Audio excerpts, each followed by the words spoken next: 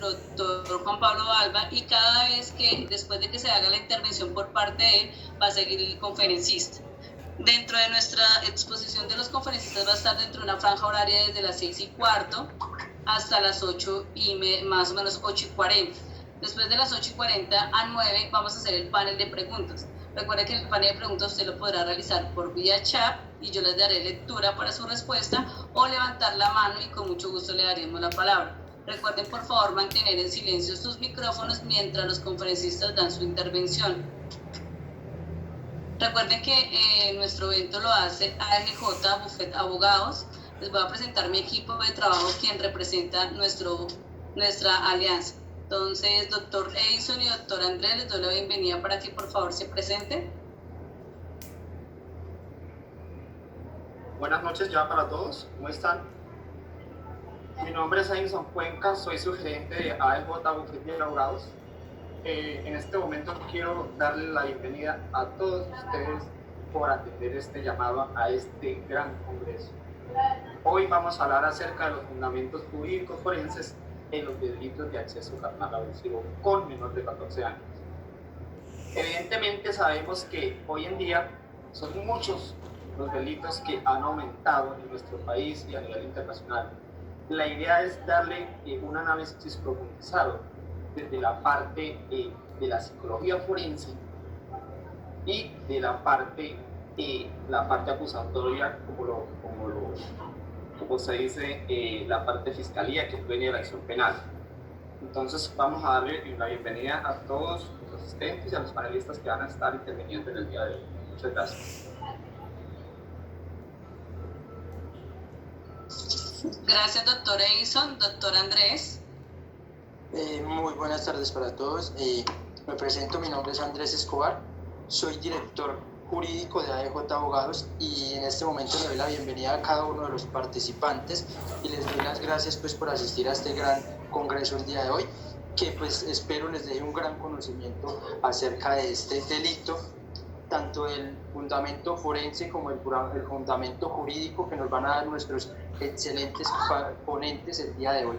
Le doy la bienvenida a cada uno de los participantes y también le doy la bienvenida a nuestros ponentes que nos acompañan el día de hoy y darle las gracias por la gran participación. Muchas gracias.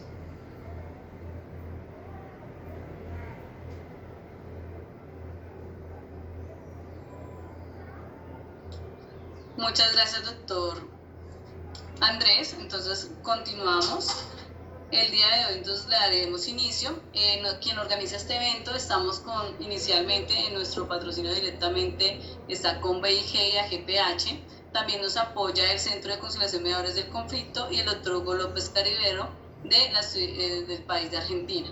También nos pueden seguir en nuestras redes sociales como AEJ Abogados Colombia.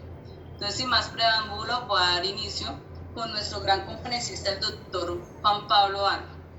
Él es abogado litigante en Derecho Penal, Defensa Técnica dentro del Sistema Acusatorio de Representación de Víctimas, profesional en Derecho, magíster en Ciencia Forense de la Universidad de Manizales, especialista en Sistema Procesal Penal, diplomado en Docencia Universitaria, diplomado en Conciliación en Derecho y candidato especialista en Derecho Penal de la Universidad Libre.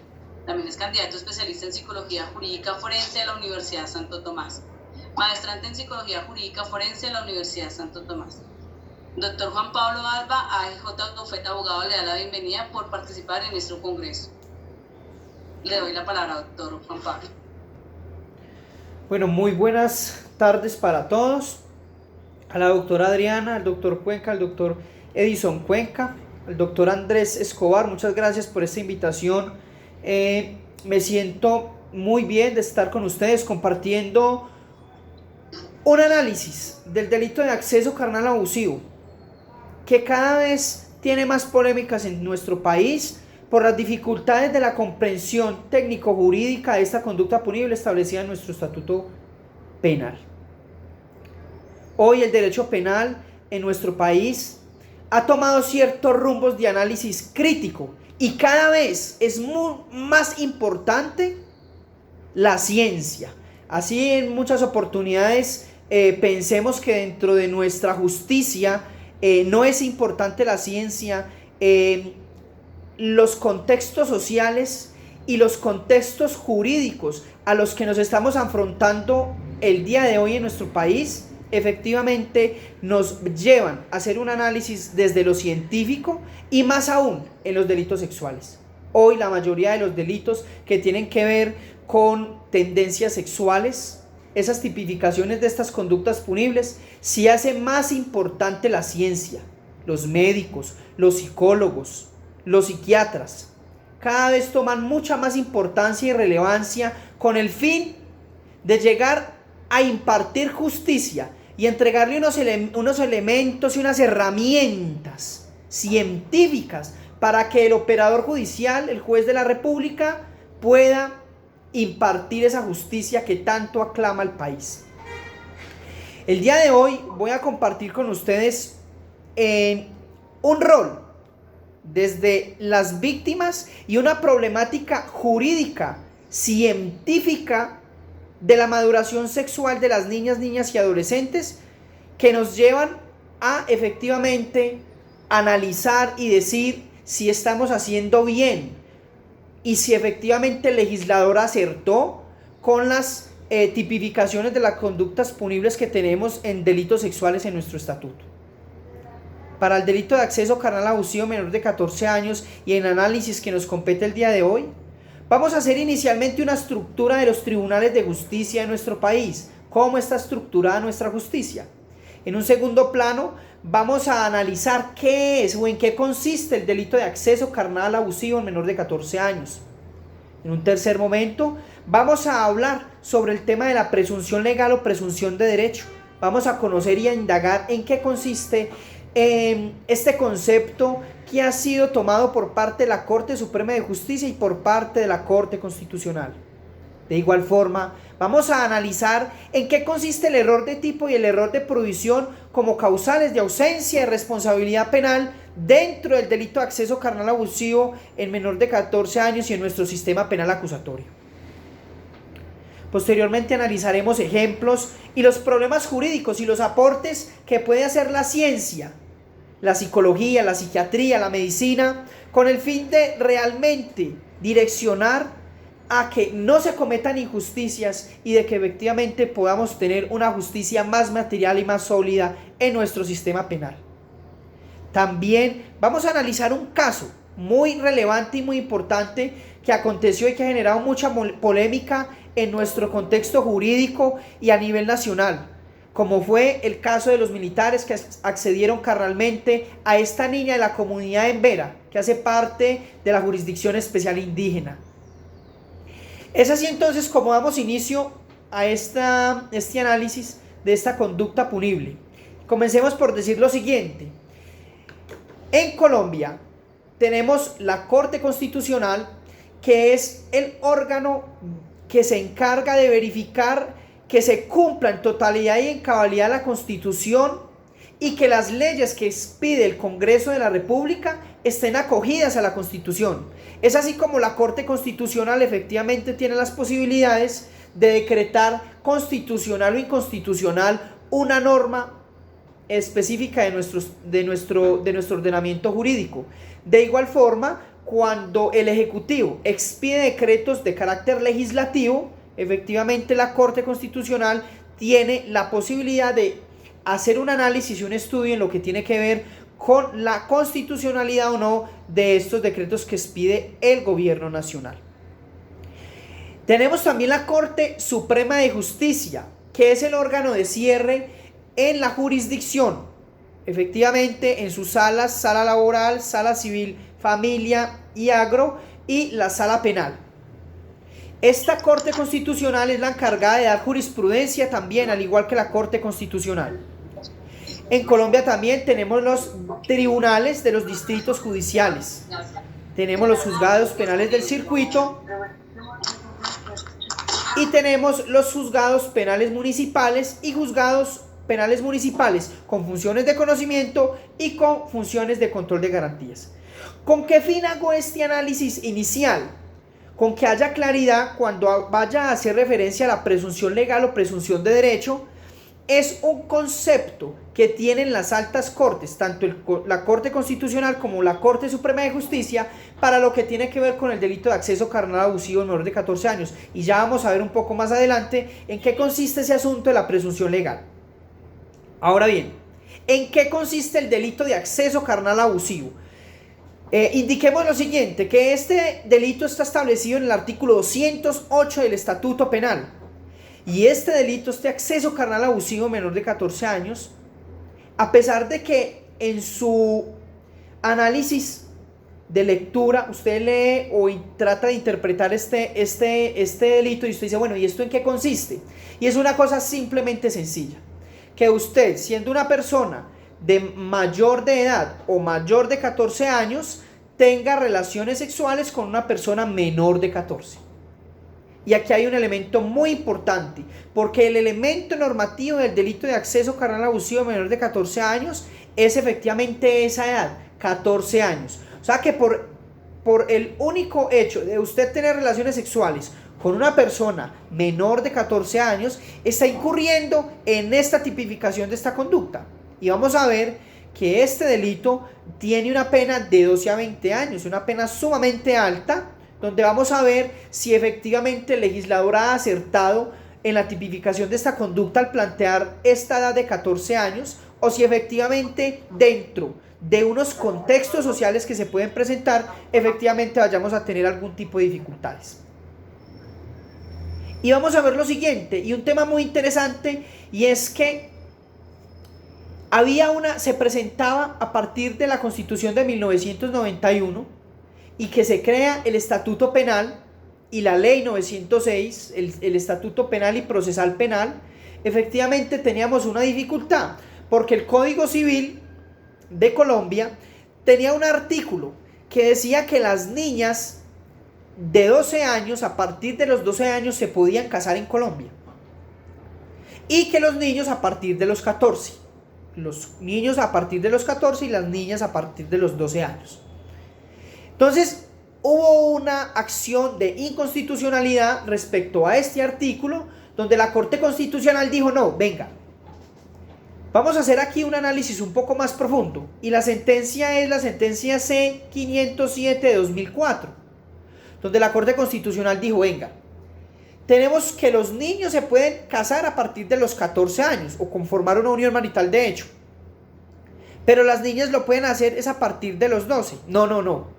En protección de la integridad sexual de la menor y en derecho a la igualdad, se decreta o se declara este artículo inconstitucional y debe entenderse esa edad de 12 años, 14 años. Y aquí se presentan unos análisis monumentales. ¿Y en qué sentido? Y es que bueno, o sea que una niña se podía casar de 12 años en Colombia, o sea que podía tener relaciones sexuales y poder procrear. Y entonces el artículo 208 del Estatuto Penal, ¿qué? El delito de acceso carnal abusivo menor de 14 años. Entonces, bueno, hay una discusión fuerte en lo que tenía que ver, bueno, entonces yo tengo relaciones sexuales con una niña de 12, entonces si me caso con ella, entonces no cometo una conducta, entonces no estoy llamado a responder penalmente, bueno, y ahí se dio el debate jurídico. Entonces la Corte dijo, no, venga, esta edad debe entenderse por 14 años, pero si se revisa la sentencia de manera integral, ustedes podrán encontrar que efectivamente la Corte no nos dio un fundamento científico. Venga, señores psicólogos, señores psiquiatras, señores médicos forenses, esa evolución, ese desarrollo sexual, biológico, volitivo, es una probabilidad a los 14 años. Pero venga, si es una probabilidad, entonces una niña a los 12 puede tener relaciones sexuales y puede procrear. Estamos hablando desde las herramientas de la ciencia. Los científicos nos pueden entregar esas herramientas. Entonces la Corte no hizo ese análisis y simplemente dijo el derecho a la igualdad, entonces entiéndase de 12 a 14 años. Y bueno, entonces empieza el primer análisis. Bueno, y si yo entonces me caso con una niña de 12 años, entonces no cometía la conducta punible. Bueno, posteriormente entonces la Corte ya dijo, bueno, se entenderá 14 años. Bueno, ¿y pero por qué 14 años? ¿Por qué no 15? ¿Por qué no 16? ¿Por qué no los 12? ¿Y por qué no los 13? O sea, suena ilógico que una niña, el registro civil dice que efectivamente nació en X fecha, que cumple años el 28 de julio del 2020. Que cumple años el 21 de julio del 2020. Entonces, hoy, por ejemplo, hoy tiene esa niña 13 años. ¿Sí? Tiene 13 años y 27 y 30 días. ¿Sí? Y entonces mañana, hoy no puede tener relaciones sexuales y no puede procrear. Pero mañana sí. ¿Me hago entender? Si yo hoy, por ejemplo, tengo relaciones sexuales con esa niña que cumple los 14 a las 12 de la noche y 1 minuto, entonces estoy llamado a responder penalmente si tengo relaciones sexuales con ella antes de las 12. Pero si tengo relaciones sexuales después de las 12 con ella, entonces ya no soy responsable, no soy llamado a responder penalmente. Y bueno, ¿y eso es lógico? Y más para una pena que va de 12 a 20 años. Es lógico que la fiscalía, en el caso de los militares, que ya vamos a contextualizar un poquito más adelante, pero desde ya haciendo el análisis de qué consiste esta conducta de acceso carnal a abusivo menor de 14 años, es lógico que desde la ciencia, o sea, desde lo científico, desde la justicia material, es lógico que si se imputa el delito de acceso carnal abusivo menor de 14 años, vamos a encontrar que este delito no hay violencia. Lo que tipificó aquí el legislador es que efectivamente la menor o el menor no tenía la maduración sexual, biológica o volitiva para tener relaciones sexuales. No tiene la conciencia y no tiene la maduración para comprender el acto sexual. Entonces la fiscalía le imputa a estos militares el delito de acceso carnal abusivo menor de 14 años. Venga, y si hubiera entonces tenido la niña 14 años, ¿qué? ¿No hubiera sido un delito en Colombia? Esa conducta de los militares es totalmente rechazable. Y analicemos lo siguiente, y es que efectivamente ustedes por ninguna parte en el artículo 108 del Estatuto Penal van a encontrar una tipificación de violencia. Por supuesto que ahí no hay violencia. Bueno, y entonces el otro análisis es, bueno, entonces ¿hay consentimiento o hay discernimiento? Y eso, ¿cuáles serían las diferencias? Bueno, ya lo vamos a ver un poco más adelante. Pero decir desde ya que efectivamente el delito de acceso carnal abusivo menor de 14 años no tiene como elemento normativo o con cualquier otro elemento el verbo rector que sea violencia. No hay violencia en este delito. Y eso hay que dejarlo con toda claridad. Y hacia la opinión pública se moleste de que la fiscalía haya imputado este delito de acceso carnal abusivo menor de 14 años a los militares. Se equivoca la fiscalía, porque entonces si esa niña hubiera tenido 14, no era un delito en Colombia. No era delito. Porque estamos diciendo que el delito de acceso carnal abusivo menor de 14 años, efectivamente hay consentimiento, discernimiento, dirán algunos científicos, pero efectivamente no hay violencia, completamente descartada. Porque si hubiese habido violencia, entonces se debía haber tipificado el delito de acceso carnal violento. Y efectivamente ahí ya hay violencia. Para eso se hace la diferenciación entre estas dos conductas punibles: acceso carnal abusivo menor de 14 años y acceso carnal violento. Bueno, y ahora si yo voy a plantear las siguientes preguntas para que vayamos analizando a toda la audiencia, las personas que nos escuchan el día de hoy. O sea que con lo que yo les acabé de contar, ¿qué pasa si una persona de 18 años o mayor tiene relaciones sexuales con una menor de 14, se inicia la investigación penal y la menor al cumplir los 14 años se casa con el presunto victimario?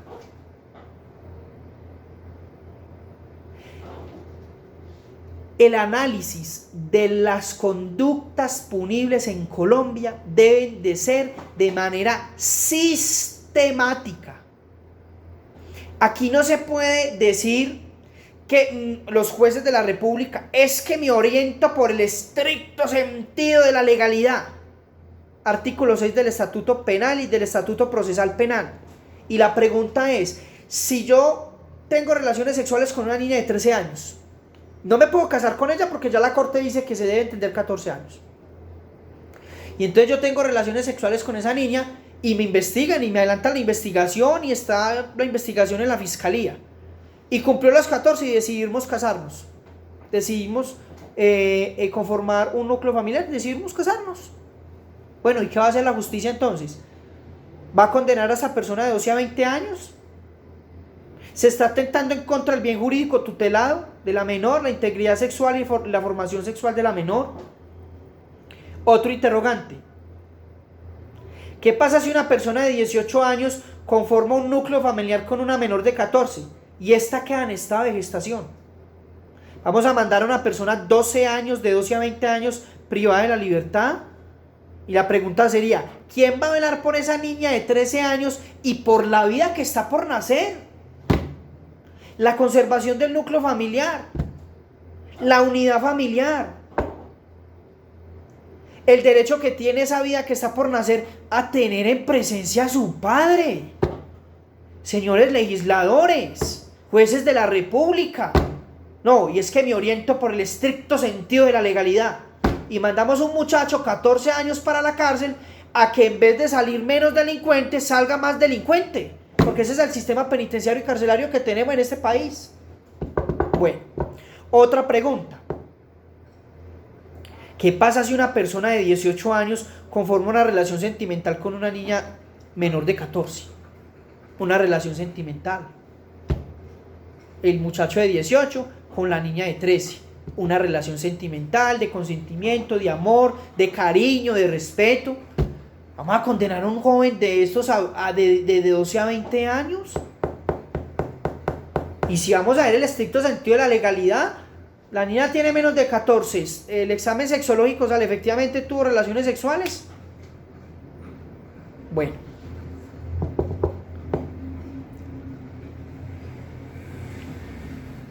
¿Qué pasa si una persona de 18 años o mayor tiene relaciones sexuales con una niña menor de 14, pero no sabía que tenía menos de 14?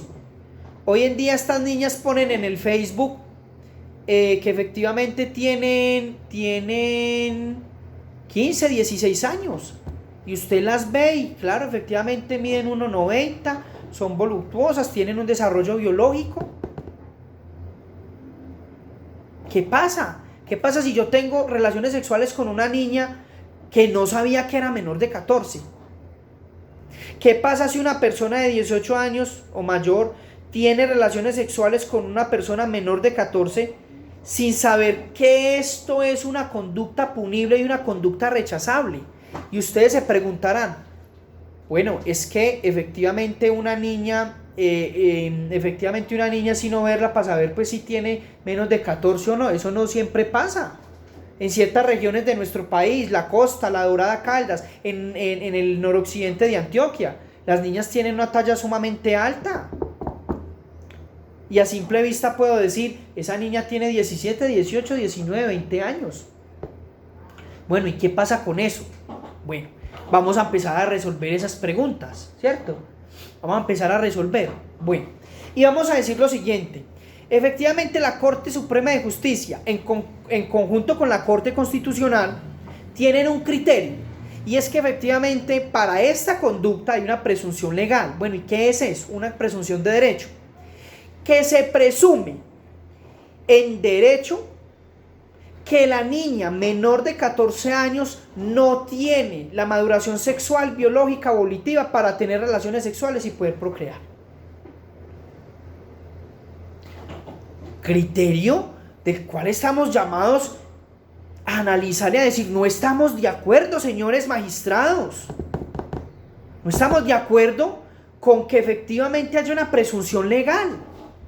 ¿Cómo así que hay presunción legal? O sea, que yo no puedo traer a un psiquiatra, a un psicólogo, a un médico para que me digan que esa niña tiene la maduración sexual, biológica y volitiva para tener relaciones y poder procrear.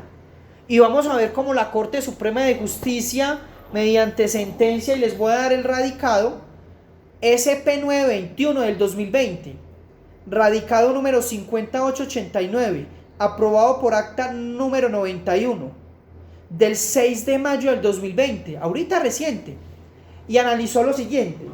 Ese caso aconteció en la ciudad de Manizales, donde un joven en el colegio se enamoró de una niña de 13, tuvieron relaciones sexuales y efectivamente el joven lo denunciaron en la fiscalía, la madre de la menor lo denunció, se adelantó el proceso.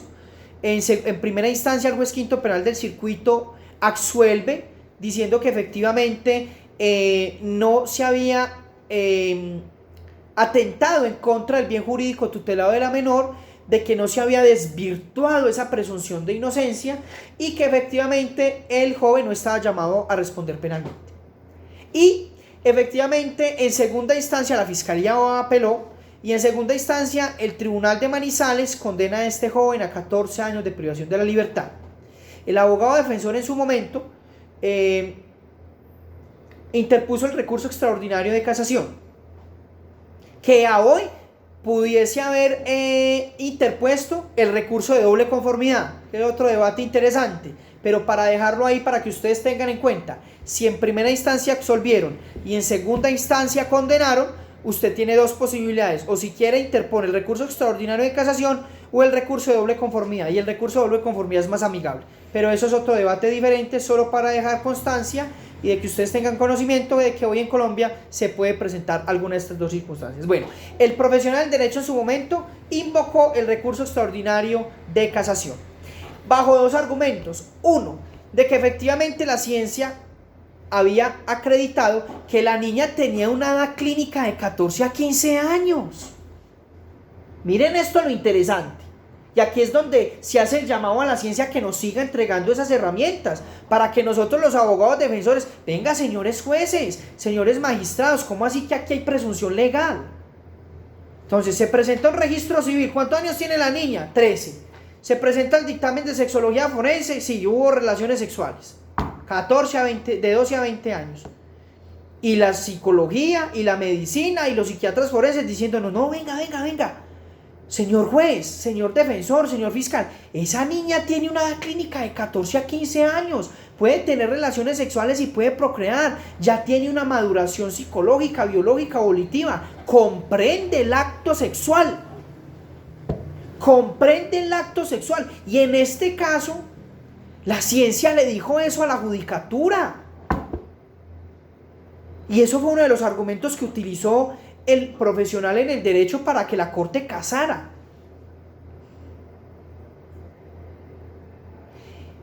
El segundo argumento fue que efectivamente se presenta un error de prohibición. Bueno, ¿y qué es error de prohibición? Claro, el doctor, el casacionista en su momento, invocó el artículo 32 del Estatuto Penal, donde tenemos establecidos en el artículo 10 y en el artículo 11 el error de tipo y el error de prohibición. En este caso se configuró el error de prohibición porque el joven de 18 años que estaba en un contexto escolar, en el colegio, con una niña de 13, donde la quiso, la amó, la respetó, efectivamente él dijo, cuando se le preguntó en el juicio oral de que qué pensaba de este asunto, él dijo, abro comillas, no pensé que querer, amar, respetar, valorar, entregarle lo mejor de mí a una mujer fuera un delito en Colombia. Y miren lo interesante de este asunto. Y nos hace un llamado a decir, venga, miren lo que está pasando dentro de nuestros contextos sociales, dentro de esos análisis jurídicos que debemos hacer. Y el error de tipo, ¿en qué consiste? De que efectivamente yo tenga relaciones sexuales con una niña menor de 14, pero que no sepa que esa niña tenía 14 años, que se presuma que tenga una edad mayor.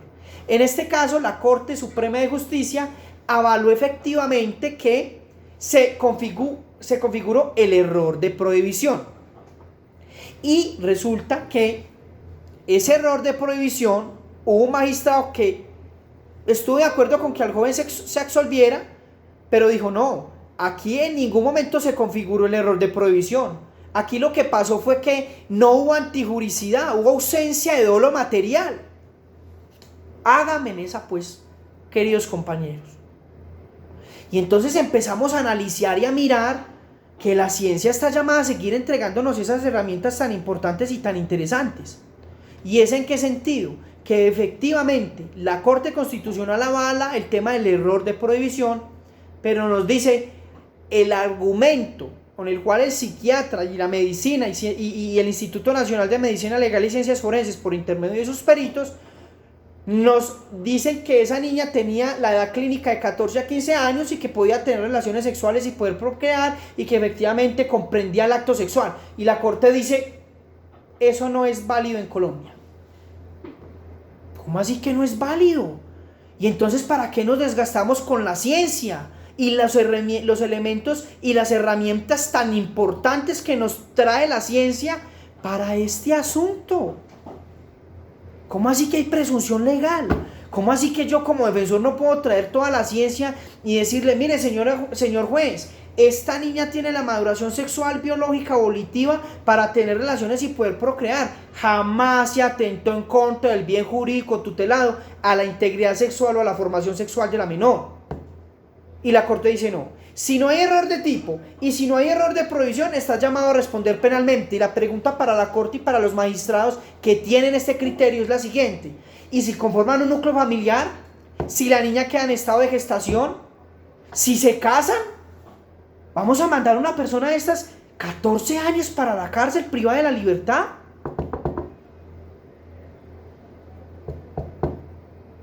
Estamos llamados a seguir haciendo estos análisis y a que la ciencia nos siga entregando estos análisis. De igual forma, la Corte Suprema de Justicia, en otro pronunciamiento, que voy a dar también el radicado,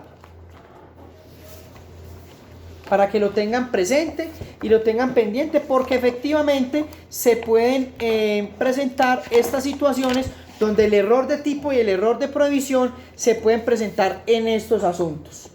Este es el radicado SP341 del 2019, radicación número 51485, aprobado en acta 080 del 19 de julio del 2019.